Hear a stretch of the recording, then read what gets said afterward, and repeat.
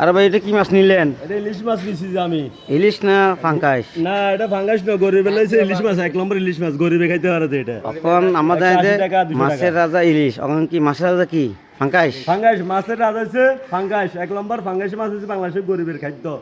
তো আমরা ইলিশ মাছ খাইতে পারবো না, ফাঙ্গাস মাছ খাইতে পারবো। 180 টাকা করে নিচ্ছি জেতা ফাঙ্গাস। আর ইলিশ? এটা ইলিশ নয়, এটা আমাদের ইলিশ মাছে এখন বর্তমান গরিবের ইলিশ মাছ এটা। কথা বুঝছেন? আমরা যেটা খাইতে পারবো সেটাই বলছি। যার টাকা আছে সে 200-3000 টাকা দিয়ে ফাঙ্গাস ইলিশ মাছ খেতে পারতেছে। আমাদের টাকা নেই, আমরা মাছ খেতে পারতেছি না, ইলিশ মাছ।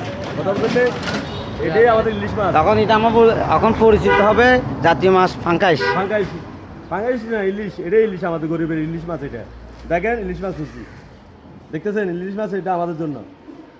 আমরা ইলিশ মাছ খাইতেছি ঠিক আছে, বাংলাদেশে। এখন আমার জাতিকে বলবো এখন আমাদের জাতীয় ইলিশ মাছ, বাংলাদেশের ইলিশ মাছ, বাংলাদেশের বাইরের রাষ্ট্রে ইয়ে হইতেছে, ট্রান্সফার হইতেছে, আমরা খাইতে পারতেছি না।